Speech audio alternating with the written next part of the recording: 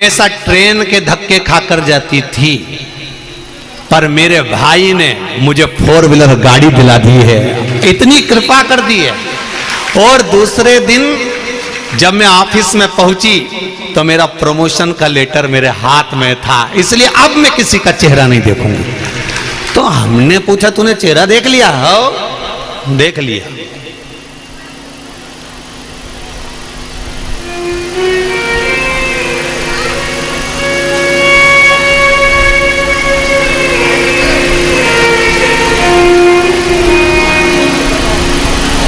हमने पूछा किसका देखा? उसने कहा गुरुजी, जैसे ही फोटो निकाले मोबाइल के पूरे स्क्रीन पर ढेर सारे इतने बड़े बड़े बहुत सारे फोटो आ गए। मैंने भी सोच लिया सबको देख लो, इसलिए जितने फोटो थे सबका दर्शन करा। राम भी थे, कृष्ण भी थे, शिव भी थे, दत्त भी थे, देवी भी थी, सब थे। मुझे तो ये लगता है कि सारे देवता एक ही हैं और उन सब ने मिलकर मेरा कल्याण कर दिया। इससे बढ़कर और क्या चाहिए? हम भटक रहे हैं, हम भ्रमित हैं, हम संसार में आके भटक रहे हैं कि हमें इस मंत्र का जाप करना चाहिए, इस मंत्र का जाप करना चाहिए, इस देवता को मानना चाहिए, उस देवता को मानना चाहिए। हमने अपने आप में मंत्र को बड़ा बना दिया, छोटा बना दिया। ये हमारी मूलता है। इतने साल हो गए शिव महापुराण की कथा को करते करते, इस व्यासपीठ से ये कभी नहीं कहा गया कि इस मंत्र को जपना और इस मंत्र को छोड़ देना, या इस मंत्र को जपना या इस मंत्र को छोड़ देना। प्रत्येक कथा में एक ही बात कहा जाती है, चाहे राम बोलो, चाहे कृष्ण बोलो, चाहे 2.5 अक्षर का बोलो, चाहे 2 अक्षर का बोलो, चाहे पंचाक्षर बोलो, चाहे षडाक्षर बोलो, चाहे द्वादश अक्षर का बोलो, चाहे श्री शिवाय नमस्तुभ्यम बोलो, चाहे दत्त बोलो, चाहे देवी बोलो, तुम्हारा मन पड़े उसको जपो, पर मंत्र जपो जरूर। इस व्यासपीठ से एक बात हम बार बार कहते हैं, मंत्र का जाप करना। मंत्र कोई छोटा नहीं होता ना बड़ा होता, कोई बड़प्पन का कि ये बड़ा हो गया ये छोटा। आप दिल से जिसको भज रहे हो वो बड़ा है।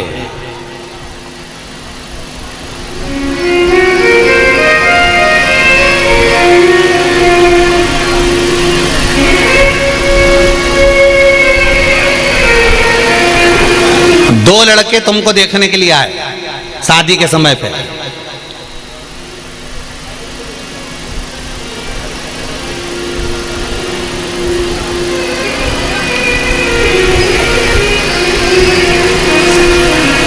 भेरूलाल और नाथूलाल, समझ लो प्रैक्टिकल। ये तो आप कथा को अपन अपने ऊपर लेकर चलते हैं। 2 लड़के तुमको देखने के लिए, भेरू और नाथू। अब देखने दोनों आए, बातचीत दोनों से हुई, होटल में बैठकर बात भी करी, खाना भी दोनों के साथ खाया, घूम के भी आए, शादी एक से हुई। तो तुम पांव एक का पढ़ोगे कि 2 का पढ़ोगे?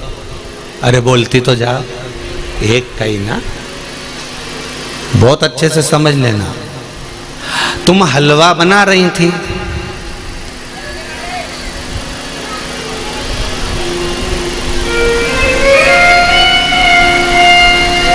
हलवा ज्यादा सिक गया, आंच ज्यादा लग गई, जल गया, तो वो हलवा नाम रहेगा कि जलवा नाम रहेगा? अरे बोलो तो। अभी तक तो वो हलवा था, हलवा, क्योंकि वो जला नहीं था, सिक रहा था, बढ़िया था, घी भी डला। अब सिकते सिकते सिकते सिकते सिकते सिकते उसमें आग लग गई, उसमें हलवा का नीचे से जलवा हो गया, मतलब पूरा जल गया। तो क्या हलवा का नाम बदल दोगे कि नहीं साहब ये ज्यादा जल गया, इसलिए मेहमान को जब दो तो कह दो नहीं साहब ये हलवा नहीं है ये। तो मेहमान भी पूछेगा ये जलवा कौन सा आइटम है? कहना साहब वो ज्यादा जल गया था इसलिए हलवे का भाई, अरे बोलो तो, जलवा है। अच्छा, जीजीवन बड़ी खुश हो गई, अब की बार हम यही करेंगे, जो जल गया उसका नाम जलवा रख देंगे। तो ये ज्यादा जल गया था तो हमने इसका नाम चेंज कर दिया। अभी तक ये हलवा था, अब दीनानाथ ये जलवा हो गया। अभी तक ये हलवा था, अब ये जलवा हो गया। तो उसको स्वीकार नहीं, हलवा का हलवा ही रहेगा, वो कितना भी जल जाए, कितना भी उसमें आग लग जाए, चाहे कितना भी उसमें ताती पड़ जाए, पर वो हलवा का हलवा ही रहेगा। उसी तरह दो आए देखने के लिए, एक से संबंध पक्का हुआ तो हम एक को ही प्रणाम करेंगे। उसी तरह हमने जैसे एक को प्रणाम करा, उसी तरह शिव महापुराण की कथा कहती है, मंत्र जपो, बहुत जपो, पर जिससे तुम्हारा दिल रम जाए, जिसमें तुम्हारा मन उस मंत्र में अटक जाए, उस मंत्र का स्मरण बार बार करते रहो, तो वो मंत्र तुमको भाव से पार कर देता है, पार लगा देता है। तो पार करने में भागीदारी उस मंत्र की रहे।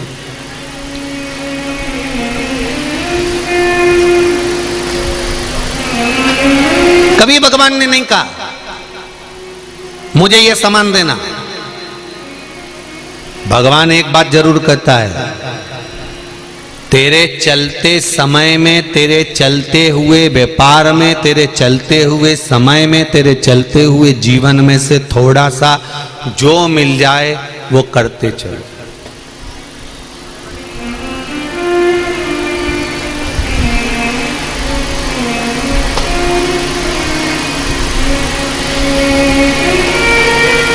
द्रौपदी की साड़ी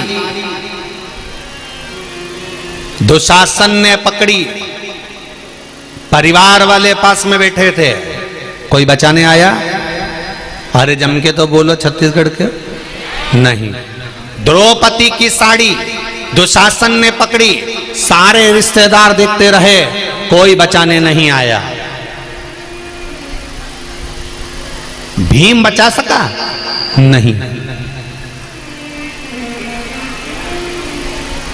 साड़ी दुशासन ने पकड़ी, कोई नहीं बचा पाया।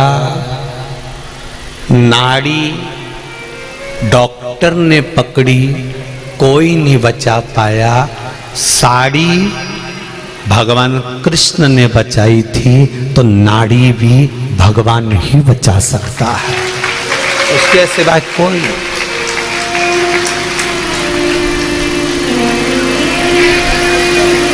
साड़ी के समय पर भी पूरा परिवार था।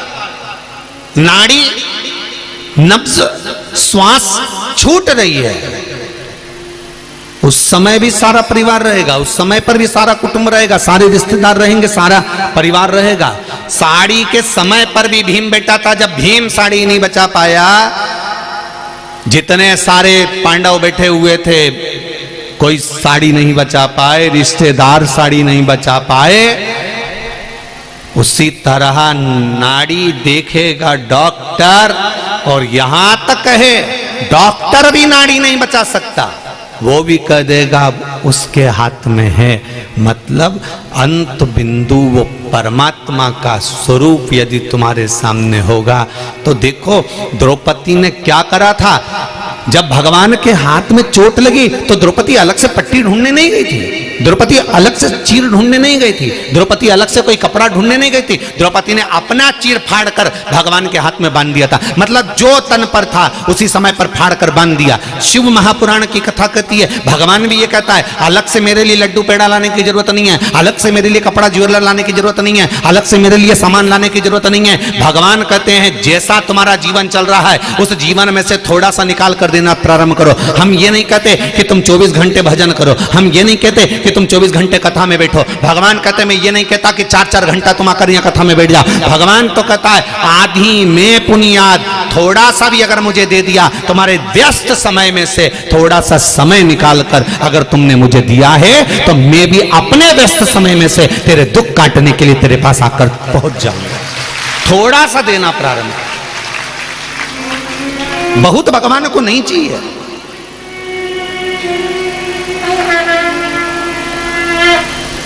भगवान को बहुता में नहीं चाहिए, भगवान को तो थोड़ा चाहिए, और उस थोड़े में भगवान को आनंद का अनुभव हो जाएगा। थोड़ा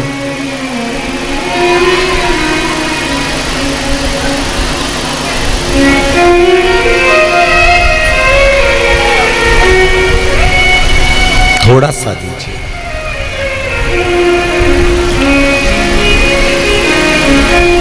देखिए,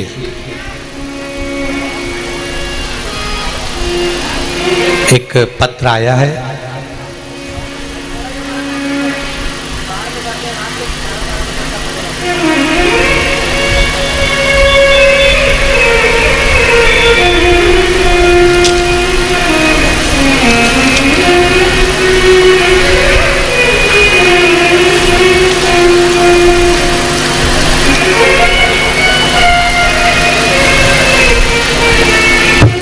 ऐसा पत्र जीवन में पहली बार आया है।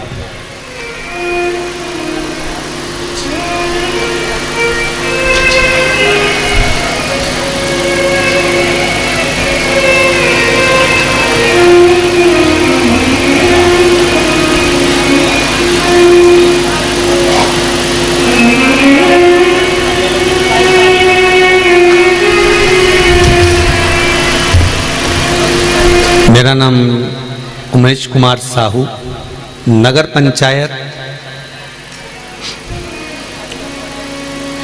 कांगदेही, समोदा थाना, आरंग जिला, रायपुर, छत्तीसगढ़ से हैं। कहीं बैठे हो तो हाथ जरूर हिलाएं। जहाँ कहीं भी बैठे हो, दिनेश कुमार साहू, नगर पंचायत कांगदेही, समोदा थाना, आरंग जिला, रायपुर, छत्तीसगढ़। उन्होंने पत्र में लिखा है,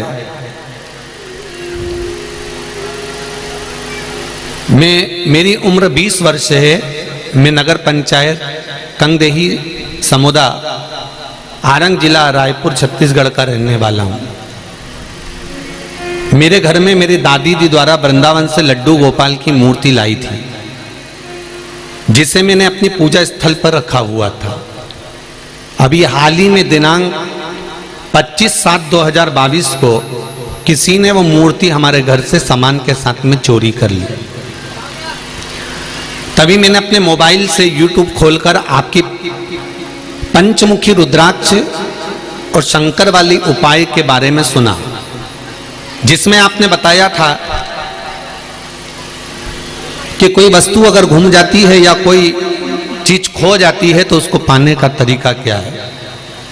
भोलेनाथ की कृपा से मैंने वो उपाय किया, दुर्गा मंदिर में पहुंचकर मैंने वो उपाय किया।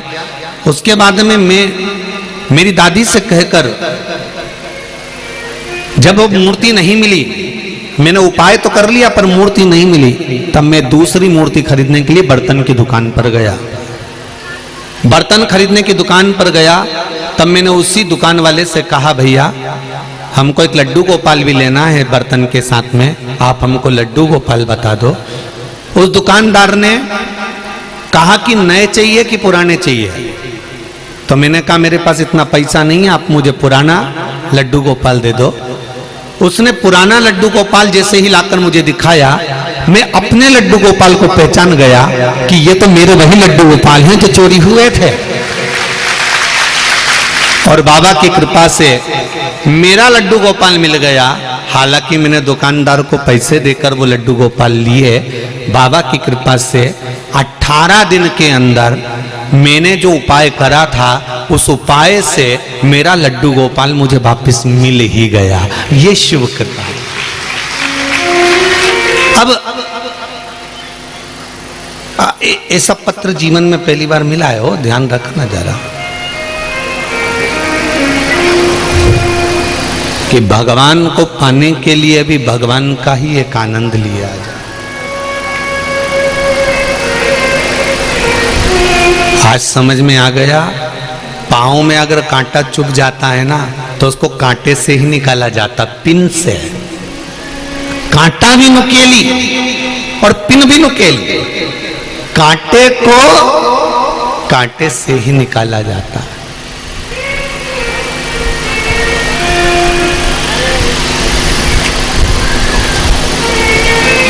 भगवान को पाने के लिए केवल हृदय निर्मल मन सो मोहि पावा, मोहि छल छिद्र कपट ना भावा। भगवान को पाने के लिए आपका निर्मल मन, निर्मल स्वभाव, निर्मल बुद्धि, निर्मल चित्त, निर्मल मन चाहिए।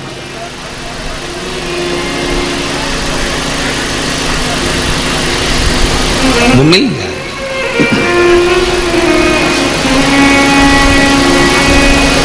उसको पाया जा सकता है।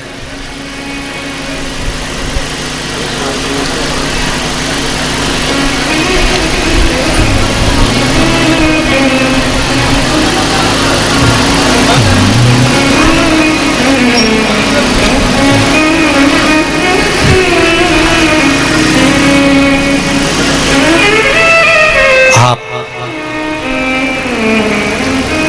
अपने चलते हुए समय में से,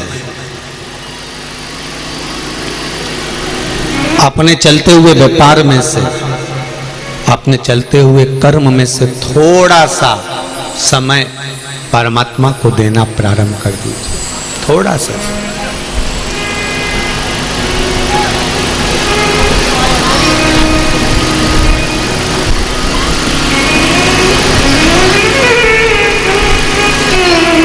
आप थोड़ा सा समय देना प्रारंभ करेंगे, वो परमात्मा भी आपको कुछ न कुछ देना प्रारंभ कर देगा।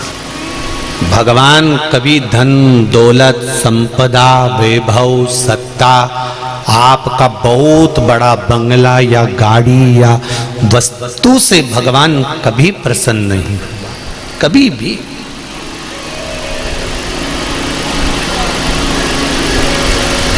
उसकी प्रसन्नता केवल आपका निर्मल मन है। निर्मल। एक बार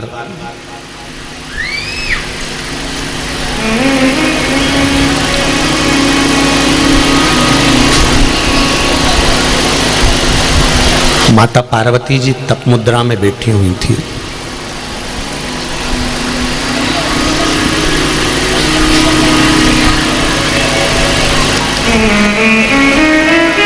और तप में लीन थी मां।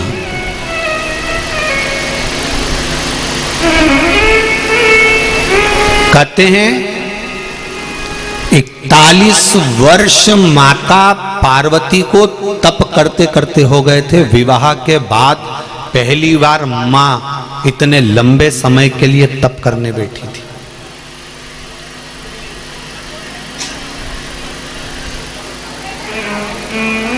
जरा समझ लेना बहनों, ध्यान रखिएगा थोड़ा सा।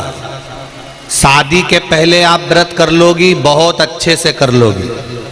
शादी के पहले संकट सोमवार कर लोगी, बहुत अच्छे से कर लोगी। शादी के पहले सोमवार कर लोगी, बहुत अच्छे से कर लोगी।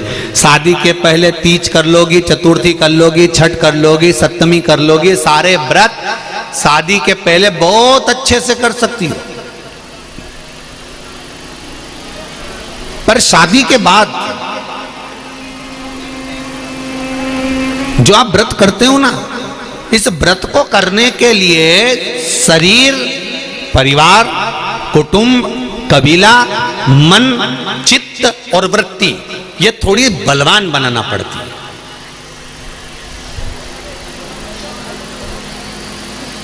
शादी के पहले कोई चिंता नहीं है। शादी के पहले तो तुमने सोमवार के व्रत करे ना, शादी के पहले तुमने हरतालिका तीज का व्रत करा, शादी के पहले तुमने चतुर्थी का व्रत करा, दूज का, तीज का, चतुर्थी का, छठ का, पंचमी का, जो भी व्रत आप करती हो, शादी के पहले जो व्रत करती हो ना, उसको तो मम्मी पापा माँ और पिता तुरंत सारी तैयारी करके रख देते हैं। ले बेटा मैंने थाली रख दी है। मम्मी कह देती बेटा मैंने हलवा बना के रख दिया है, मंदिर जाके 3 हिस्से कर देना, सामान निकाल लेना, 2 हिस्से में छोड़ आना, 1 हिस्से लेकर आ जाना, मैंने आरती के दिए रख दिए हैं। मम्मी कहती है ये काम रख दिया है। शादी के पहले तो माँ पूरी तैयारी कर देती है, शादी के पहले तो पिता संपूर्ण तैयारी कर देता है, शादी के पहले तो सारी तैयारी तुम्हारे हाथ की हाथ में मिल जाती है। और शादी के पहले व्रत करने का आनंद तुमको जो आता है ना, क्योंकि सारी तैयारी सामने के सामने, तुम तो बस तैयार वैयार होके पूजन मूजन करके और वो चली।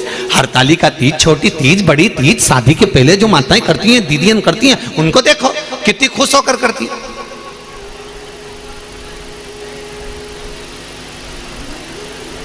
पर वही व्रत शादी के बाद जब करा जाता है, इधर से बच्चे, इधर से पति, सास ससुर, देवर जेठ, काका सास, काका ससुर, सासू, बुआ सास, सारे रिश्तेदार, कुटुंब, कबीले, सबको साधना है, भोजन भी तैयार करना है, पूजन की थाली भी लगाना है, पूजन करने भी बैठना है, बच्चों का स्कूल से आने का समय भी हो गया, भेजने का समय भी हो गया, टिफिन भी बनाना है, काम भी सारा करना है, और उस बीच में भगवान का भजन भी करना है।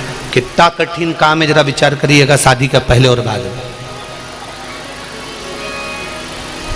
माता पार्वती 41 वर्ष विवाह के बाद में माता पार्वती जी ने जो तप साधना करी, साधना करते ही माता पार्वती जी के शरीर से एक ज्योत प्रकट होने लगी, एक ज्योति प्रकट होने लगी। तप का बल प्रकट होने लगा।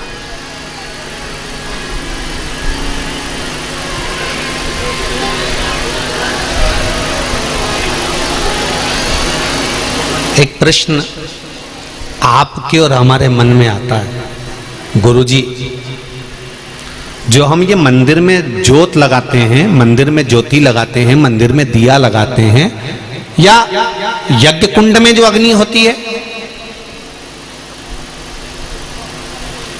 या जो ज्योत हम प्रकट करते हैं, चाहे माता रानी की करें या श्याम बाबा की करें या राम जी की करें या कृष्ण जी की करें या हम रुणिचा की करें या हम किसी भी देवी देवता की करें, ये ज्योत जो खड़ी करते हैं, ये ज्योत है कौन? ये ज्योति है कौन? इस ज्योति का प्रतिबिंब कहां से? इस ज्योति की प्रागट्यता कहां से? ये ज्योति किसकी लड़की है? ये ज्योति किसकी पुत्री है? क्यों माता रानी के अनुष्ठान में, क्यों शंकर जी की पूजन में, राम जी की पूजन में, कृष्ण की पूजन में, भगवान के 33 कोटि देवी देवताओं की पूजन में ज्योति की महत्वता क्यों होती है? दीप की महत्वता क्यों होती है? दिया क्यों लगाना चाहिए? अगर दिया नहीं लगाओगे तो अगरबत्ती लगाना पड़ेगा, अगरबत्ती नहीं लगाओगे तो यज्ञ करना पड़ेगा, यज्ञ नहीं करोगे तो धूप बत्ती लगाना पड़ेगी। पर अग्नि उस जगह पर प्रकट ज्योति का स्वरूप कहां से आया? ये ज्योति कहां से प्रकट हुई? ये ज्योति की मूलता कहां?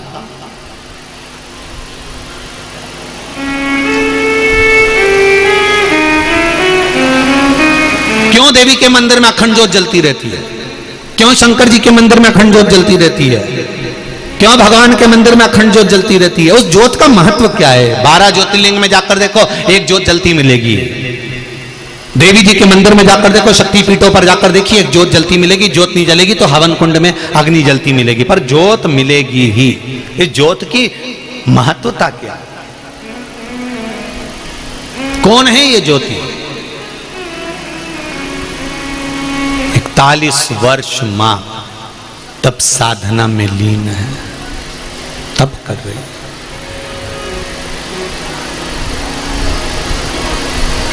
ध्यान में मग्न, उठे भोले तेरी मोहब्बत का दरिया, उठे भोले तेरी मोहब्बत का दरिया, मेरा डूब जाने को जी चाहता, जाने को जी चाहता है, मेरा डूब जाने को जी चाहता है, मेरा डूब जाने को जी चाहता है, तेरा दर्श पाने को जी चाहता है, तेरा दर्श पाने को जी चाहता है। तेरा दर्श पाने को जी चाहता है, तेरा दर्श पाने को जी चाहता है, तेरा दर्श पाने को जी चाहता है, तेरा दर्श पाने को जी चाहता है, खुद को मिटाने को जी चाहता है, खुद को मिटाने को जी चाहता है, खुद ही को मिटाने को जी चाहता है, खुद ही को मिटाने को जी चाहता है, तेरा दर्श पाने को जी चाहता है, तेरा दर्श पाने को जी चाहता है, तेरा दर्श पाने को जी चाहता है, तेरा दर्श पाने को जी चाहता है, तेरा दर्श पाने को जी चाहता है, तेरा दर्श पाने को जी चाहता है, खुद ही को मिटाने को जी चाहता है, खुद ही को मिटाने को जी चाहता है, हो हरि बोल।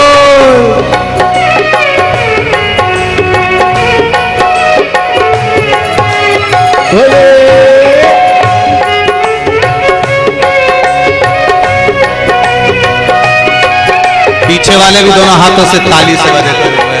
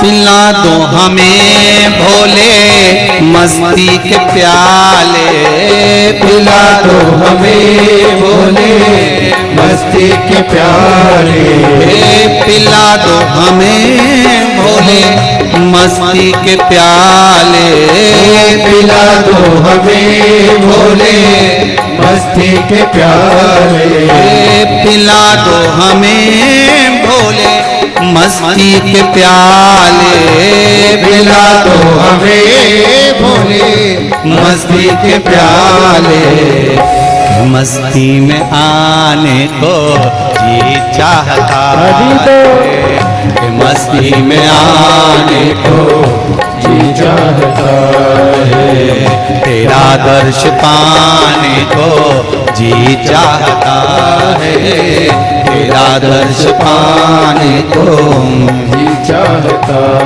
है, तेरा दर्श पाने को जी चाहता है, तेरा दर्श पाने को जी चाहता है, तेरा दर्श पाने को जी चाहता है, तेरा दर्श पाने को जी चाहता है, खुद ही को मिटाने को चाहता है, खुद ही को मिटाने को जी चाहता है, खुद ही को मिटाने को जी चाहता है, खुद ही को मिटाने को जी चाहता है। शंभो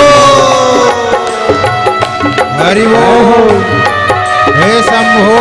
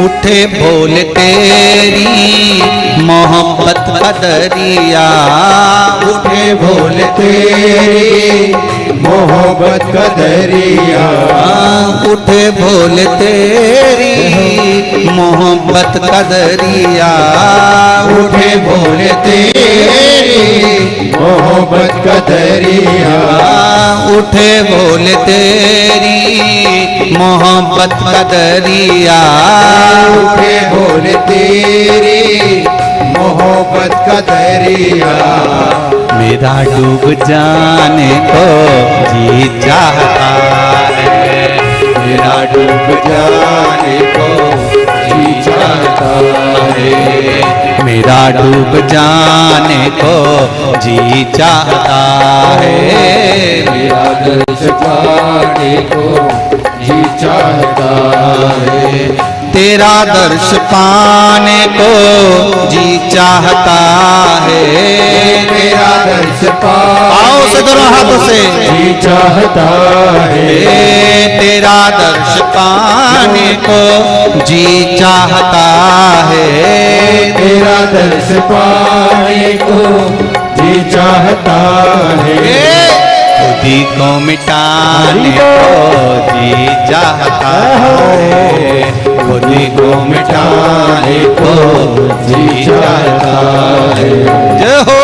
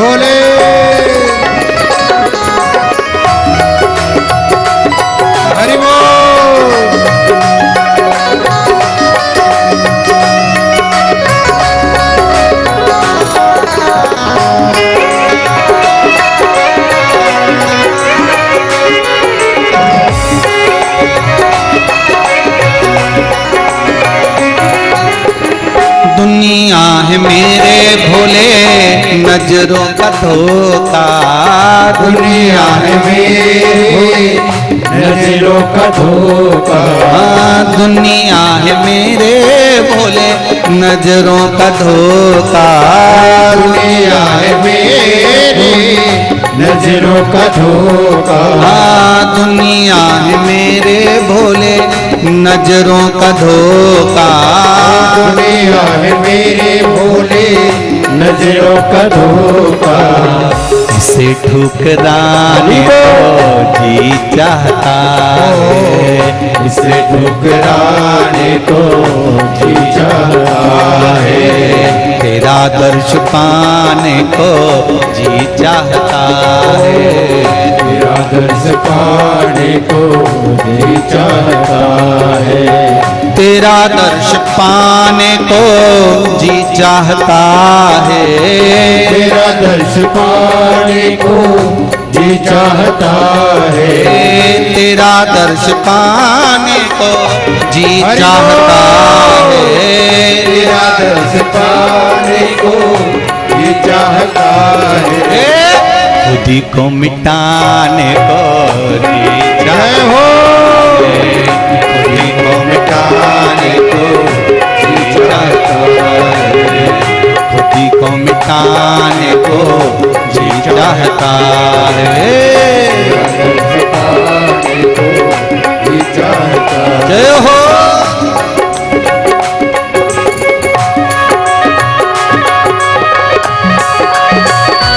जय हो हरि बोल भोले भोले भोले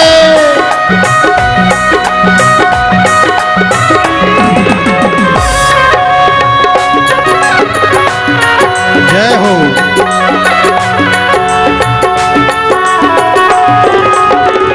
जय भोले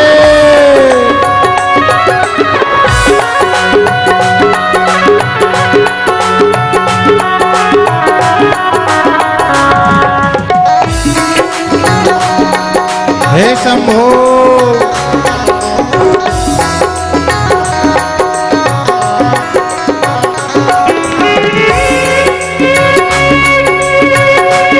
हरि बोल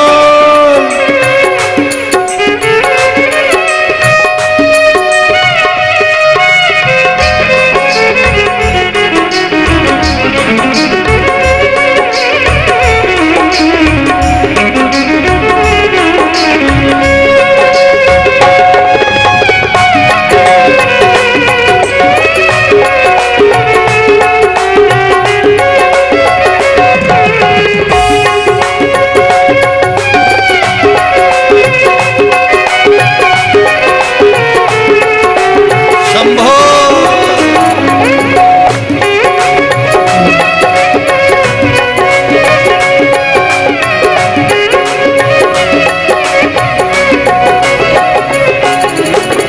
जुदाई तुम्हारी सहे भोले हम कैसे, जुदाई तुम्हारी सहे भोले हम कैसे, जुदाई तुम्हारी सहे भोले हम कैसे, जुदाई तुम्हारी सहे भोले हम कैसे, जुदाई तुम्हारी सहे भोले हम कैसे, जुदाई तुम्हारी सहे भोले हम कैसे, गले से लगाने को जी चाहता है, गले से लगाने को जी चाहता है, गले से लगाने को जी चाहता है, गले से लगाने को जी चाहता है, तेरा दर्श पाने को जी चाहता